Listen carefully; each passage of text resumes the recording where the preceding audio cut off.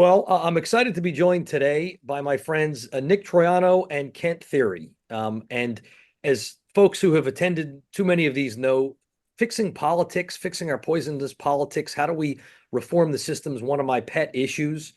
And we had Mitch Daniels, we had Larry Hogan, two very popular governors who got a lot done in a bipartisan and healthy way. We had Greg Orman, an old college buddy and friend of all the reform movement, who ran as an independent, both for senator and for governor. And we had our collective mutual friend, Catherine Gale, who literally wrote one of the very first recent books about how to fix politics and is a real thought leader, as you in your book, Nick, acknowledged in the acknowledgments, which I was glad to see. But we're focusing on Nick's book, which came out earlier this year.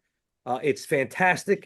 He is the founding executive director of Unite America, where Kent is on the board, one of the great champions, thought leader, fundraiser, evangelist, and KT does lots and lots and lots of great things, really putting into practice a lot of what Catherine has talked about.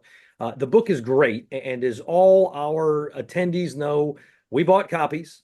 We're going to send everybody a link so that because we don't mail stuff, we send you a link. You enter your email I'm sorry, you enter your snail mail, and then people who mail things will mail the book to you. But we bought it, and so we won't ask any. We don't need any money. We're not looking for postage and handling. So if it says they want it, they don't.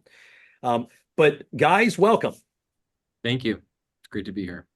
Yeah, thanks a lot, Bruce. So let's dive in here. We'll start at the beginning. The primary solution.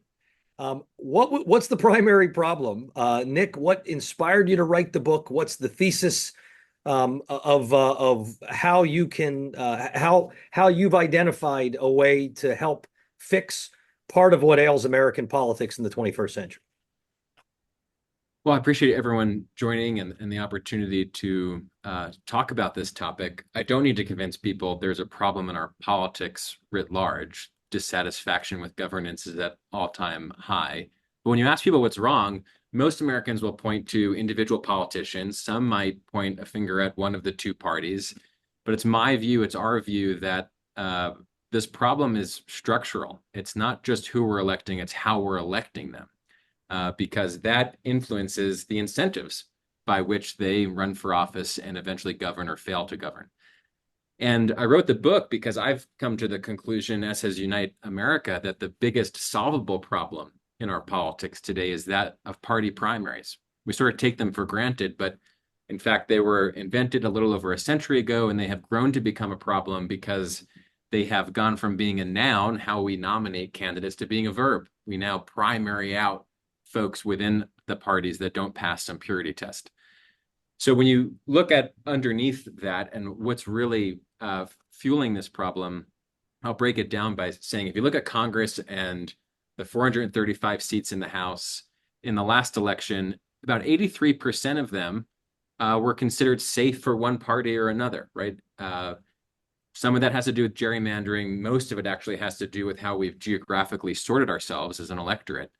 But what it basically means is that the November election is no longer competitive. It's a foregone conclusion. The only election that truly matters in those seats are that of the party primary. And the challenge there is that those are low turnout elections. A lot of rules restrict who can vote. A lot of millions of independent voters are blocked out in many states. And so you get a small, oftentimes mostly partisan ideological group of voters deciding most elections. So in 22, the last midterms, only about 8% of voters elected 83% of the Congress. That's why we have such an unrepresentative and dysfunctional system that we have today. And that's the problem that we're looking to solve through some systemic election innovations that we can adopt at the state level that I'm sure we'll get more into today. Well, I want to get into them right this second. So, yes, that's clearly the problem. How is what you're doing? How does it work? How does this solution fix that problem? Well, I write about two principles in the book. The main call to action is to abolish party primaries and to replace them with elections that live up to both of these principles. The first is that every voter should have the freedom to vote for any candidate in every taxpayer-funded election. And second is that whoever wins elections should be required to win a true majority of the vote. Those two principles get over 8 out of 10 voter support In fact, they're so common sense, most people think that's the way our elections currently run, but it's just not true. Only about 5 states run their elections in ways that adhere to these principles because they have done what we're calling to do, which is to get rid of the traditional party primaries. That can come in a variety of forms when you get down to the policy level. Some states have gotten rid of primaries, like Louisiana. Some states have moved to a top 2 system, like California and Washington. And some states, like Alaska, have gone further, Alaska being the only and the first so far, to adopt a system that combines a top 4 nonpartisan primary, single ballot, with a ranked ballot, instant runoff general election. And what this all basically means and boils down to is that elections go from being decided by 8% of voters to elections now being decided in the general election by a true majority. So we go from the system where you get primaried out of office for working across the aisle to solve problems to a system that actually rewards the kind of behavior that we want to see from our elected officials. And our goal is to see this system adopted by more states this year and into the future. We're going to get to a lot of that. And Kent, I'm coming to you in a minute here, but one more just for you, Nick. It's the idea of giving voters more choices and ensuring the people we elect are supported by more voters seems simple and a no-brainer. And yet you're facing opposition on the left, opposition on the right, opposition from lots of folks. Who's pushing back and why? And when you get into this, please address at least some of the things of including the idea, like, why can't I, if I had a party or an organization, why can't I say, look, we're going to have our own private thing and we're going to all come around and agree who our candidate is, and it's going to be messy. And then when we have our nominee, we're all going to agree to support that person because there's strength in numbers. I've effectively maybe invented a party in that regard. So there's a bit of an association. Who's stopping what otherwise feels like a well-intentioned and positive reform? I mentioned those 2 principles are supported by vast majority of the voters. Well, who's on the other side of it are the politicians and parties in power by virtue of the way the system is designed today. Our current system, party primaries, plurality winners, it's an incumbent protection racket. 90% of incumbent members of Congress and more get reelected every election cycle because the current system is anti-competitive, doesn't empower voters to hold them accountable. So it works out well for the folks that are already in power. It just doesn't work out for the voters. Congress also has a 10% approval rating. We're not making progress on major issues. So this is not a left-right issue. This is a voters versus the politicians issue. And the good thing is the voters can take the power that they have in their own hands, especially in states that have a citizen initiative process, to do something about that and to change these laws. All right, well, I want to turn to Kent, who is a wildly successful business guy. Nick is the young foot soldier in the reform movement trenches. Kent, you've spent your career building and growing businesses and very successfully. My math says you're supposed to be playing golf, you serving on some corporate boards, drinking really good wine, and yet you've rolled up your sleeves and gotten into a really tough and important fight. What drew you in as a guy who was a business guy first and foremost? What convinced you this is a fight you wanted to be a part of and you were going to spend so much time and treasure on? Well, first, I want to be clear that working hard on democracy is not inconsistent with drinking wine. Make that very clear, but it's pretty straightforward. Maybe 3 quick points. One, I think I got born in this country at the time I was born, and what a great place to spend the last 50 years. I mean, we've been very lucky from a historical perspective, just distinctively lucky period. And number 2, I thought once I stopped being a CEO after 28 years as a CEO, 22 of it in the Fortune 500 public company, I was going to work on the environment and education for low-income students.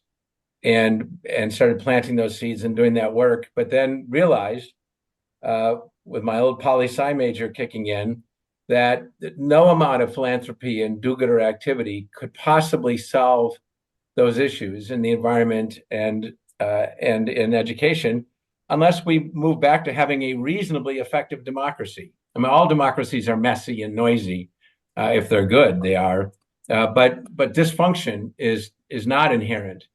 But I realize that unless we fixed the government to a reasonable degree, we were never going to solve those other problems, no matter how many philanthropic dollars were allocated. And then third, this is our democracy. I mean, this is part of this grand experiment, uh, unusual in the annals of history of all men and women.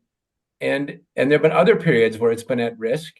And the only thing that saved it was a bunch of people like us stepping up and allocating our time, our treasure, and our networks.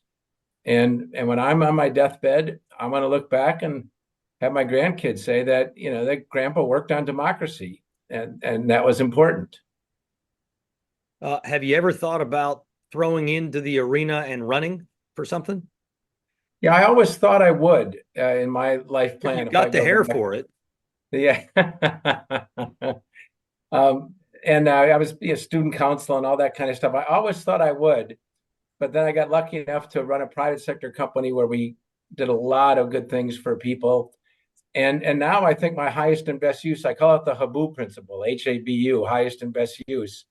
I think I have a better shot of adding value for America and for my kids in the world by doing what I'm doing rather than being one more representative or one more governor or one more senator. And so I think I've found my highest and best use given my skill set, given my experience, and and and I just got to manage the ego part of me that would have liked to do something more dramatic is got to just sort of shut itself up a little bit. All right, Nick, you mentioned Alaska, which moved to the Final Four with ranked choice, and a lot that I've read suggested the fairly instant impact is it led to more compromise. It led to more bipartisanship. It led to what, by so many measures, is a healthier environment for them to get things done. And you made the important point: things that poll really well seemingly can't get advanced, and the reason is systemically, it's not. It's in the public interest, but it's not in the private interest of somebody trying to run. And it feels like you solved for that. Tell us how it went down in Alaska, how it's going, and sort of the empire attempt to strike back that's happening this election cycle.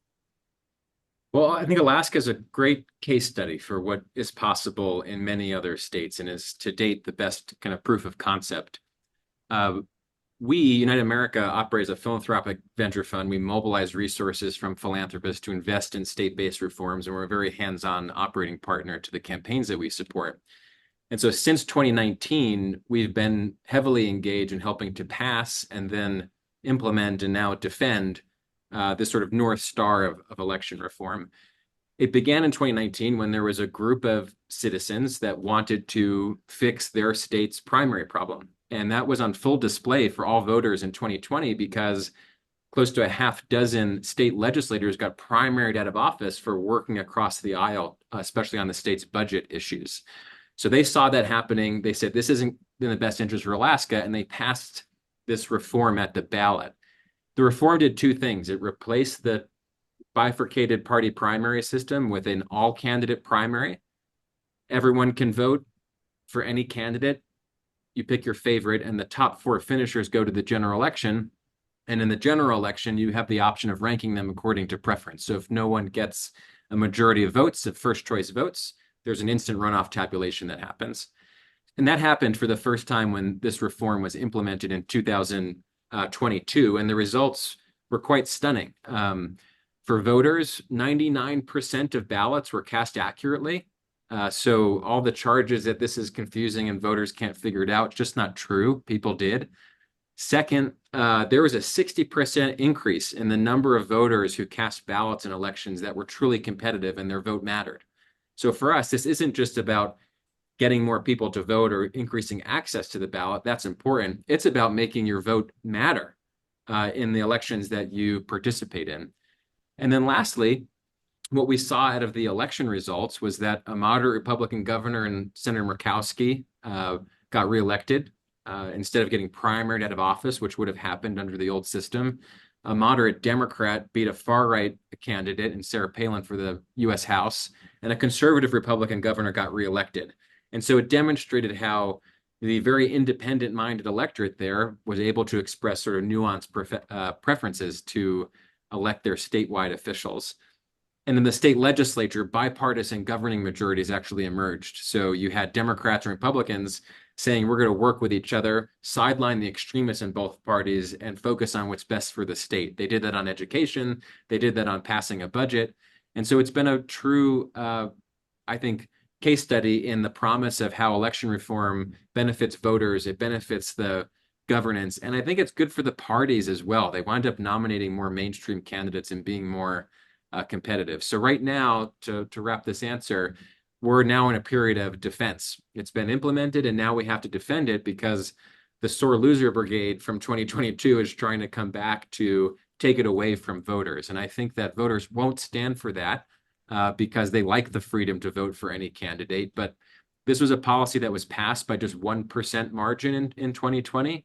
And it's going to be a tough fight, but it's our number one priority to defend it in the state this year. And what sort of money, whose money is coming in to try to blow it up at this point? Because it seems like, most businesses I know generally like a functional government and not a performative, ineffective government.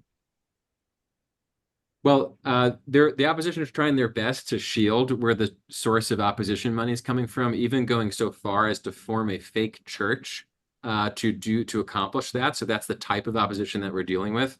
But there are, extreme elements of our politics nationally that know if Alaska succeeds, other states are going to follow. And so, dollars are coming in from all corners nationally to oppose it. All right. Well, so I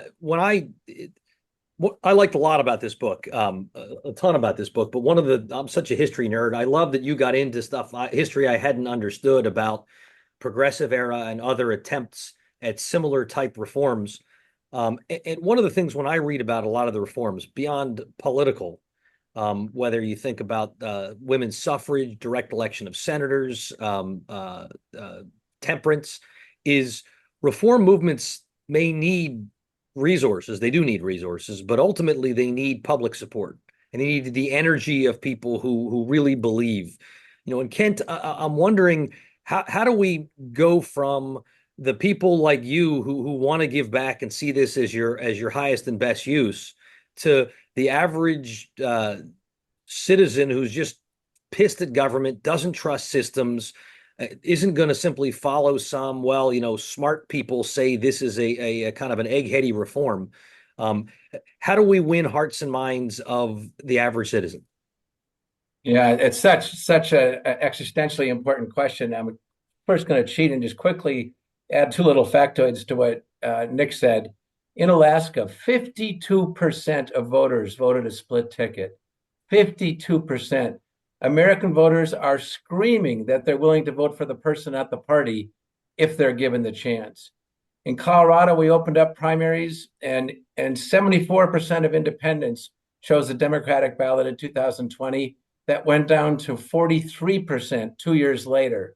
Once again, showing that American voters, they want to be thoughtful. They want to have a meaningful role. They're just eager for a system that allows it to happen. But now on to your question. We've also looked at these other movements, everything from Mothers Against Drunk Driving to the Civil Rights Movement, women's suffrage, which interestingly enough would never have passed for a significant number of years longer if it weren't that they allied with the prohibitionists who saw that if women got the vote, they were more likely to pass prohibition. So part of what our movement needs to realize and how it's relevant to your question is we need to begin to build a broader coalition of organizations who begin to see that a more effective democracy is essential for whatever they're trying to do. But right now we're in the tough part of the S curve where we've got some evangelists, we've got some familiarity, but it's fairly narrow. We've had some successes, which has put us on the radar screen and why both major parties are coming after us. And that's actually a good thing because they are actually helping us create awareness of this issue and awareness of some of the ideas with an amount of earned media that we could never have purchased ourselves. Some of you are familiar with no labels. Well, I was told the no labels people, you're getting criticized a lot. And that is increasing by a factor of 1,000. How many people have even heard of you? and you could have never afforded to get there in the other way. And now it's just a matter of the merits. So what we need to do, since you can never anticipate when that George Floyd moment of inflection is, we need to work on our narrative. We need to try to get business and other organizations more involved, and they could be, and they would add immense value. And we need to get out there and continue to run initiatives, even though we're going to lose some, because with that comes tremendous interest. With that comes tremendous education. And particularly when we start to provide, which we can now, these anecdotes that's the scream of the overnight impact of these reforms being approved. And so a small number of examples can go a long way. And so for right now, it's about perfecting the narrative. It's about staying out there in the battlefield. And it's about using the attacks of our enemies as a way of allowing us to pivot to greater awareness. And the kind of the phrase we use sometimes is we need to surf the wave of discontent. 80% of Americans are quite unhappy with how things are going. Well, that's the wave. That's the wave that's crashing upon our poor democracy shoreline.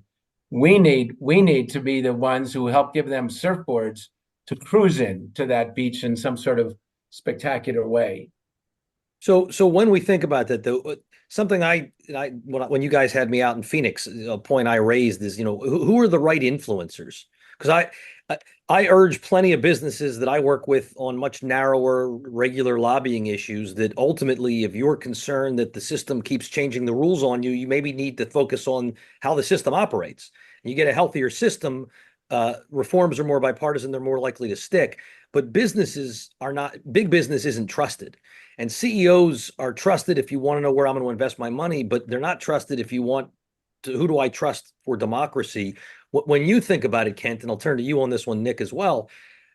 Who are the national figures that people would say, oh, now that these guys are talking about it, it's not just because everybody's talking about it, people become aware of it. That requires also a level of sophistication. Sometimes it's also the sort of the Taylor Swift effect. How do I get people who I actually trust to buy in? Well, first, with respect to business, I think business should, and I was very active in this movement while I was still a CEO, including running statewide initiatives while I was a CEO. So it can be done. And business people often underestimate how good we are at some stuff because we take it for granted that we've been doing strategy and marketing and demonstrating operating discipline and innovation. We've been doing that for 30 years. You don't almost realize the kind of muscles you've built that are quite special. And when you apply them into the nonprofit world, like we are in this movement, like businesses and business people add tremendous value by doing what they're already good at. And then more broadly, as to sort of the right messengers, I think the cool thing about our movement is that everybody can be an ambassador for the movement. Now, we need to do some wholesale evangelical work, meaning getting some of the big unions, getting some of the big trade associations, getting some of the big business chambers. So we need to work at the wholesale level. But at the retail level, it's all about us getting the narrative out there because the mantle can be picked up by virtually anyone. Just as happened with Mothers Against Driving, just as what happened with the civil rights movement, that little by little, you went from tens to hundreds to thousands to 10,000s and millions of people doing things in their local community, educating their neighbors about a new and better way. That's what we need to do. We're in our infancy, Bruce, to be honest, but it's pretty cool. So, Nick, I'm going to turn to you on two things. The narrower, as you think about who are the messengers, the influencers, but then more broadly, what's the game plan? Defending Alaska is the highest priority because we won there and it's proven itself, which is why the counterattack. But that's not the only place you're fighting this year. And you, I know, are a strategic guy who's thinking about the rest of the raging 2020s.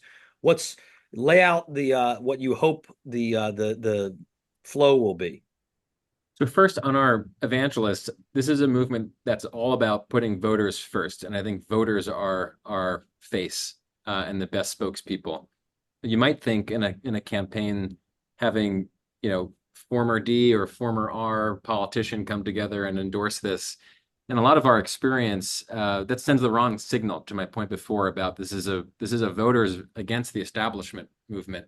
And so spokespeople that we found a lot more influential and successful are small business owners, veterans. I mean, you think about half of veterans are political independents. They fought for this country, but in 15 states, they come home and they can't even vote in our elections. I mean, that's a compelling message for not just veterans, but for all voters that should have the right to vote. So that's the kind of coalition building that we're doing at the grassroots level in states where we're active.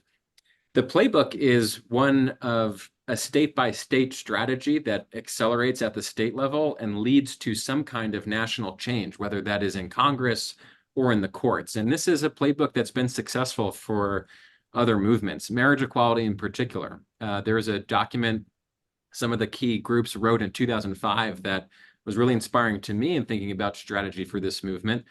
They developed a 10-10-10-20 strategy where they said, we're going to go for full marriage in 10 states where we think it's viable, civil unions in another 10 states, non-discrimination in 10, and in 20, we're going to hold the line and do something to organize for this issue. And so for us, we approach it in a kind of pragmatic way as well. 10 states may be on the path to doing what Alaska did in this transformative Final Four reform. But some states will work in if the best we can do right now is at least enfranchise independent voters or get rid of partisan gerrymandering or replace runoffs with, ranked choice voting. And so we have a 50-state strategy, a 3 and a 10-year plan of how we can reform our elections, ultimately with every state success leveling up to liberating 2 more senators, multiple representatives who are free to represent all their constituents and not just their party base. Last thing I'll add is that 2024 is an inflection point for this movement. I mentioned that 5 states have abolished party primaries so far for either state or federal office. That's taken place really over decades. This year alone, 6 states are pursuing ballot initiatives to abolish party primaries. That includes where KT and I are based in Colorado, but also Nevada, Montana, Arizona, South Dakota, Idaho. These are real opportunities where we have to win. If we can win in 2 or 3 of them, it'll be a major signal that this is a reform with traction and momentum that we'll see more of in future years. So ask both of you guys, if a third party can't emerge and successfully run in a Donald Trump versus Hillary Clinton or Donald Trump versus Joe Biden when 75% of voters didn't want a rematch, which they may not get because, watch this space. I'm still convinced in the next 72 hours we're about to see a change, but that's speculative. But even with a change, it's pretty last second. And why not have any space or a lane for an independent? One of the reasons feels like because the rules are pretty rigged against independents. It's really hard to get on the ballot. It's hard, it's first past the post. Do you think this reform will make it more likely that America will have more than 2 party options? Do you guys see 3rd, 4th, 5th parties or just, vanilla, chocolate, and then flavor number 3, sort of independent as a generic flavor? Nick, we'll start with you because I'm looking at you, and Kent will ask you the same question. I have the experience of running as an independent candidate, 10 years ago for Congress. And one of the things I heard most when I went door to door was, I like you, I want to vote for you, but if I vote for you, I think it will be a wasted vote, or I think it will take a vote away from my second preferred candidate and lead to the party I really don't like getting elected. We call that the kind of spoiler problem. And with an instant runoff in general elections, people will have the option of voting for the person they really like, knowing that they have a second or third choice in case that person does not win. And I think that would level the playing field for new competition. So I think we'll see more independent or third parties get traction if we implement these reforms, but we don't need to see it to experience the impact. And what I mean by that is we will unlock competition from within the parties as well. More flavors of Republicans and Democrats, because right now, when you see an R or D on your ballot, those are the R's or D's that got through a low turnout party primary in which 8% of people participated. And so you get sort of the MAGA Republican, or you get the super progressive Democrat. If you are running elections where the top 4 or 5 candidates advance, you're going to see a much greater ideological flavor even within the 2 parties. And I think that would be healthy for democracy as well. Kent, same question. Do you think this creates a channel for third parties and building better competition, or how do you think independent candidates fare if we make these changes? Yeah, short answer is yes, there will be more. Slightly longer answer is, well, that will be one of the results. That's not necessary in order to achieve the benefits, as Nick said. And first of all, you're right that the way I put it, that America built a wonderful highway to elected office over 100 years, 200 years. Unfortunately, now the two parties control all the on and off ramps. And so you can't get on the highway no matter how good your car is. And the only way to get on that highway is to pay a toll. And the toll is to be disproportionately focused on the far left or far right. And so it's a structural impediment, which our reform blows away. And when you think about third parties, as Nick alluded to, you have to be careful. There's also a bad form of this in the current system. When the Democrats run a libertarian in order to bleed 4% of the vote away, or the Republicans run a green candidate to bleed 4%, that's the bad part of allowing third parties or fourth parties, because they don't have anything to do with winning, and yet they can change who the winner is for no logical reason. And our system takes care of that, because as you work out on ranked voting, the bottom people drop out, the votes are reallocated. And so suddenly you get the person who should be the winner, who has majority support, as opposed to someone who won only because the libertarian outperformed the green, or the green outperformed the libertarian, which has nothing to do with whether or not the main two parties, which of those people should win. And so I'll just kind of go back to what Nick said, that so often, the number of times I get grabbed by a member from Congress who said, KT, I will never support what you're doing publicly, but I hope you win because I would like to govern again.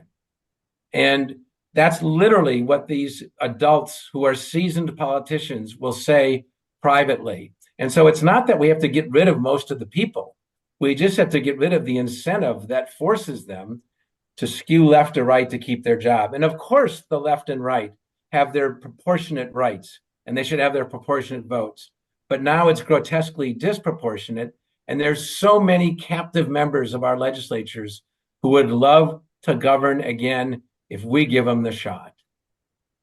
Nick, what do you say to the idea that people can vote in primaries? If only 8% of the people choose to vote in primaries, that's the motivated 8% who care. And while we don't want to make it difficult to vote, there's something to be said for having people who care enough to walk out their door and to go to a polling place, as opposed to making it, whether it's a requirement. Some places, fine you if you don't vote. So what do you say to those who say people who want to vote in the primaries can vote in the primaries? You're upset that more people aren't voting in the primaries, but that's a choice. And in a free democratic country, you should be free to vote or not vote as you choose, as opposed to trying to fix a system that is only broken because of lack of interest. Well, I would say first that every voter should have the right to vote in every taxpayer-funded election. And in 15 states, not every voter has the right to vote in primaries. So where I'm from in Pennsylvania, for example, there are over 1 million independent voters that cannot vote in the Democratic or Republican primaries, despite those elections being funded with their tax dollars. It's also my view that those voters shouldn't be coerced into joining a political party in order to exercise that right to vote, especially in primaries that are the whole ballgame. If you don't vote in the primary, you won't have a say in who gets elected because of how lopsided the districts are. That's one problem, is we need to make sure everyone can vote. The second is, when you go and vote in a primary, the purpose of it shouldn't be to nominate a standard bearer for a political party, one or the other. It should be to winnow a large candidate field down into just a few options for the general election. That's the purpose of what a government-run and taxpayer-funded election should do. And that means you should have the right not just to vote, but to vote for any of the candidates that are on your ballot. Not from one menu or the other. You should be able to vote for anyone. So, and Nick, if I can just add on, Bruce, to what Nick was saying, because the other thing that leads to people, even if they could navigate some of the structural barriers, if you get all the way there and there's only one candidate on the ballot from the dominant party, then you've gone to all that effort. You don't really have a choice. And I'll give you one micro example, but it's true in most of the states of America. In our state, Colorado, which is regarded as a pretty healthy democracy, There's 35 Senate districts. 31 of them are party safe. The primary is the general, period, just like most states across the country. But what's equally horrifying is in 25 out of those 31, 75% of those districts, there's only one meaningful candidate on the ballot in that dominant party primary. If there is a second name, it's someone who's going to get 12% and lose 88 to 12. And so right now, if you're a rational voter who wants rational and diverse choices, it doesn't make any sense to vote in the primary because you're going to go there and there's going to be one person on the one party ballot, and your choice is to either check their box or be irrelevant. I guess, no, actually, you're irrelevant, period. And so that's part of why literally millions of Americans don't go vote, because they don't have a choice even when they do.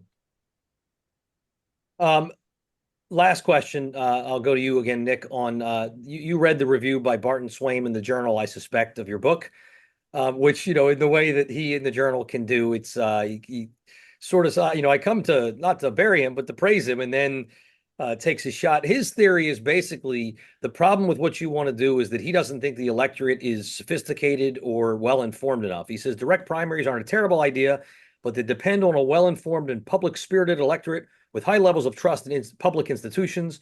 This does not describe the voting public in the 21st century. What's called for is not more democracy, Swaim writes, but painful as it is to admit, less of it. What is your take at the end of the day on those who would suggest that this is smart people taking out of the hands of voters a system by which it's not yielding the results that the smart overseers think they want, but it is just an ugly and messy democratic outcome?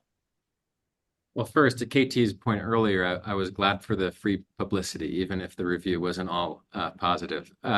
Second, I would say that there's no putting the genie back in the bottle. When we moved to direct primaries a century ago and took the power out of the party bosses and gave it to the people, I don't think we're going back. There's only a way forward. And the way forward is to take the power just from the party bases, which is basically who has it today, to give it to all voters. And that's what we're trying to do. Right now, the candidates who are elected represent basically the median voter in the primary, and we're trying to get representatives who represent the median voter in the general election. And I think that's going to be a positive impact on our whole democracy. As I write about in the book, though, to make one point related to that critique is nothing is stopping the political parties from having their own process by which to recruit, endorse, and nominate a candidate and to support that candidate in the election. I'm even open to the ballots designating which of the candidates has the endorsement of the political party. They just are private organizations that should do that in their own way, and the government-run and taxpayer-funded election should focus on, what is best for all the voters.